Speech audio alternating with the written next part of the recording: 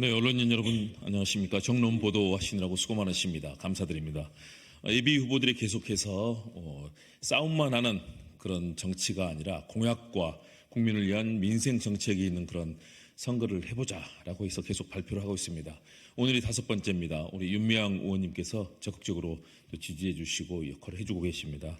오늘은 5번째로 저희들이 중소기업 정책에 대해서 여러분께 말씀드리려고 합니다. 대기업 편만 들면서 우리 국민들의 민생 또 우리 경제의 동맥인 99%를 차지하는 중소기업들을 방치하고 나몰라라 하는 윤석열 정부 심판하겠다는 의지로 이 자리에 섰습니다. 우리의 국민들을 살리고 골목시장을 살리는 것은 중소기업입니다. 그럼에도 불구하고 대기업과 부자들만 감세해주고 우리 국민들의 생명과 안전은 도외시하는 그런 윤석열 정부에 대해서 다시 한번 강력하게 경고하고 또 정책 방향을 돌릴 것을 촉구합니다. 여러분들 중소기업과 함께하는 민주당과 많은 진보 정당들 함께 응원해 주시길 바라면서 오늘 기자회견 말씀드리도록 하겠습니다.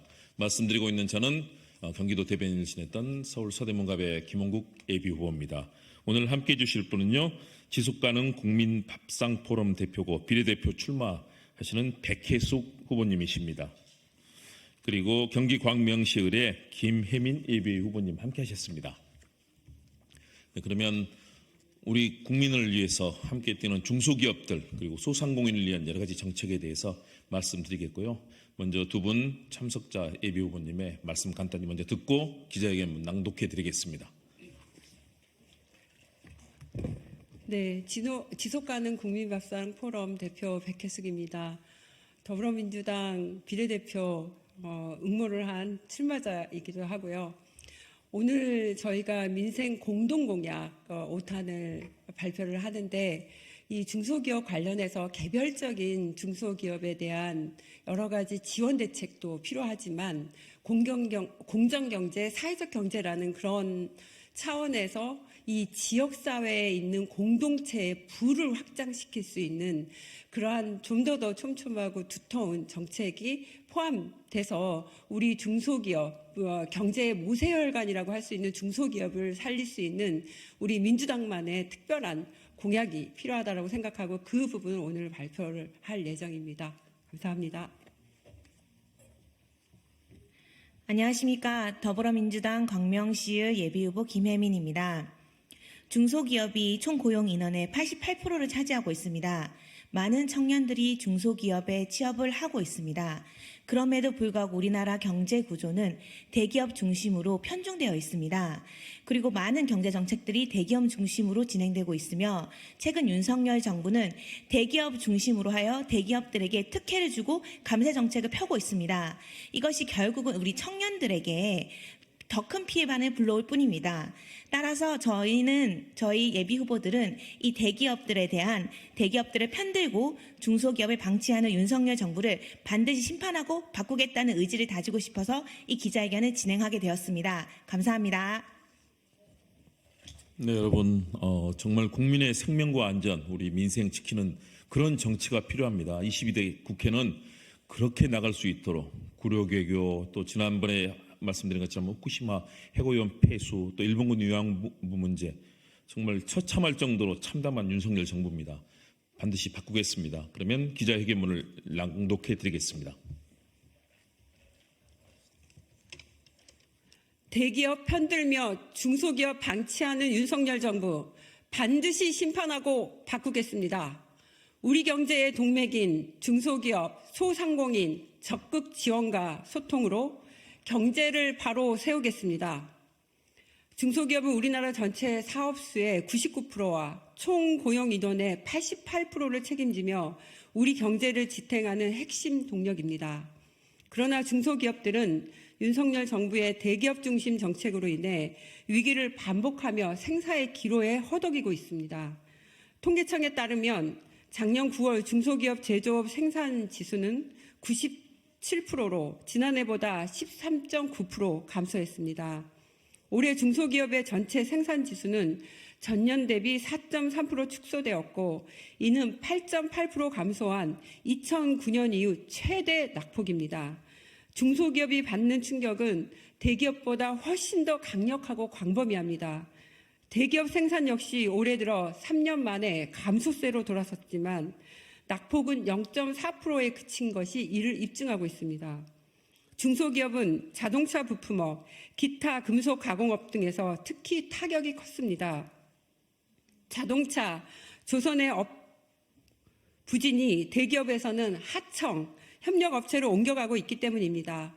내수 부진으로 식당 주점들이 타격을 입으면서 서비스업 생산도 2015년 이후 가장 낮은 수준으로 떨어졌습니다.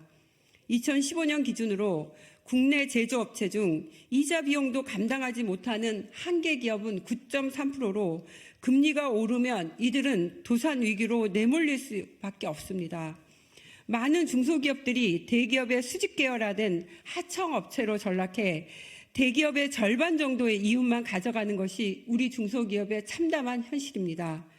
대기업 위주의 기울어진 운동장을 바로잡는 공정경제가 실현되지 않으면 중소기업은 생존하기 어렵습니다. 각종 이해관계에 얽혀 지지부진한 규제 완화 역시 하루빨리 이뤄져야 합니다. 그래야 혁신적 중소기업들의 활동 공간이 넓어져 경제의 활력이 높아집니다. 정부는 현장에서 기업들의 목소리를 들어 규제 완화, 인력난 해소, 세제, 금융 등의 지원 등 시급한 과제부터 하나하나 해결해 가야 하지만 대기업에 대한 대규모 감세 등 각종 세제 혜택과 협력 등 모든 지원이 대기업으로 집중되고 있습니다. 앞이 안 보인다. 하루하루를 어떻게 버틸지 막막하다. 위기감이 기업들 사이에 팽배하며 줄도산 징조도 이어지고 있습니다. 작년 10월까지 전국 법인 파산 신청 건수는 총 1,363건으로 파산 통계를 집계하기 시작한 2013년 이후 최대치입니다. 이에 대해 민주당은 지난달 영세 소상공인을 대상으로 고금리로 인한 운영 부담을 덜어주기 위해 저금리 대안대출 예산을 확대하고 소상공인 전문은행을 도입하는 등의 내용이 담긴 공약을 발표했습니다. 높은 금리로 경제적 고통을 겪는 소상공인을 대상으로 소상공인 내일 채용 공제와 온라인 플랫폼 공정화법 제정 등을 추진하는 등 높은 이자율에 대한 부담을 완화하고 이들의 매출이 늘어나는 쪽으로 정책을 추진 중에 있습니다. 바른 방향의 해법입니다.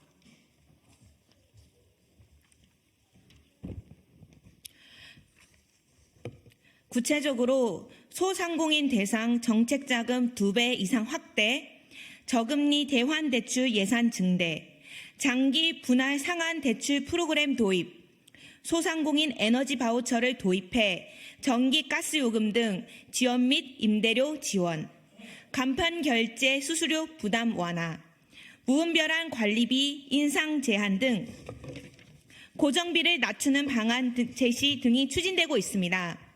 또 소상공인과 중소기업의 매출을 증대하기 위해 지역화폐 예산 확대 및 국고 지원 상시와 온누리 상품권 사용처 및 가맹점 확대 등을 추진하고 있습니다. 또 신종 코로나 바이러스 감염증 팬데믹 사태 등으로 폐업한 소상공인과 중소기업의 재기를 위해 폐업 지원금을 최대 250만 원에서 1,000만 원으로 상향, 폐업 시 대출금 상환 유예, 소상공인 폐업, 사망, 노령 등으로 인한 노란우산 공제금 수령 시 비과세 적용, 소상공인 전문은행 도입 및 소상공인 내일채움 공제 등을 통한 목돈 마련 지원, 온라인 플랫폼 공정화법, 입법 사업자, 가맹점주, 대리점주, 수탁 사업자에게 재등록제와 단체 협상권을 부여하고 플랫폼 서비스 사업자 대상으로 규제를 강화하는 내용이 담긴 법을 제정하는 데 적극 나서고 있습니다. 민주당이 이처럼 중소기업 및 소상공인 지원에 나서고 있는 반면 국정에 책임을 져야 할 집권 여당인 국민의힘은 그동안 중소기업부터 소상공인까지 금리 부담 완화 등 많은 약속 등을 내놓았지만 실제로는 빌공짜 공약에 그치고 있습니다. 참으로 무능하고 무책임한 모습입니다. 우리 예비후보들은 위기의 중소기업을 위한 지원에도 적극 나서겠습니다. 중소기업을 위한 고금리 완화 정책으로 은행권 공동의 중소기업 전용 금리 인하 프로그램 추진, 고금리 부담 완화를 위한 20조 원대 금융정책 공급 등을 추진하겠습니다. 중소기업의 신산업 전환 정책으로 반도체, 2차 전지 등 첨단 산업 전환 자금 지원 및 초격차 주력 산업 지원, 공급망 안정화 기금 조성을 통한 국내 유턴 기업 지원, 중견 기업 대상으로 한 자금 지원 프로그램을 위한 은행 공동의 중견기업 전용 펀드 구성, 회사채 유동화 프로그램 운영을 통한 첨단 전략 산업 분야 중견기업의 직접 금융 지원, 중소기업에서 중견기업으로 성장하는 기업을 대상으로 하는 단계별 맞춤형 보증금 지원 등의 70조 이상의 비용을 투입하는 지원책을 추진하겠습니다.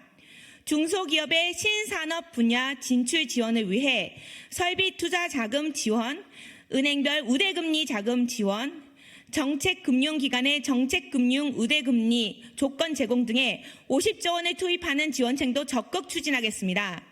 이와 함께 중소기업들과 간담회 및 고충 수렴 창구를 마련해 중소기업의 현장의 생생한 목소리를 국정에 적극 반영하겠습니다. 네, 우리 더불어민주당 예비후보들은 제22대 국회에서 다음과 같은 중소기업 및 소상공인 살리기 정책을 적극적으로 실천하겠습니다. 하나, 우리는 기업 현장에서 기업들의 목소리를 들어 규제 완화, 인력난 해소, 세제, 금융 등의 지원 등 시급한 과제부터 하나하나 해결함으로써 대한민국 경제의 실핏줄인 중소기업을 적극 지원하겠습니다. 둘, 대기업 위주에 기울어진 운동장을 바로잡는 공정경제가 실현되도록 중소기업 중심의 기업 정책을 펼치며 각종 이해관계에 얽혀 지지부진한 규제 완화가 이루어지도록 범부처 및 행정부와 입법부 차원에서 적극 지원하겠습니다. 셋, 중소기업을 위한 고금리 완화 정책, 신산업 전환 지원 정책, 중소기업의 신산업 분야 진출 지원 정책 등에 140조 원 이상을 투입하고 지원함으로써 위기의 중소기업이 활로를 찾을 수 있도록 적극 지원하겠습니다.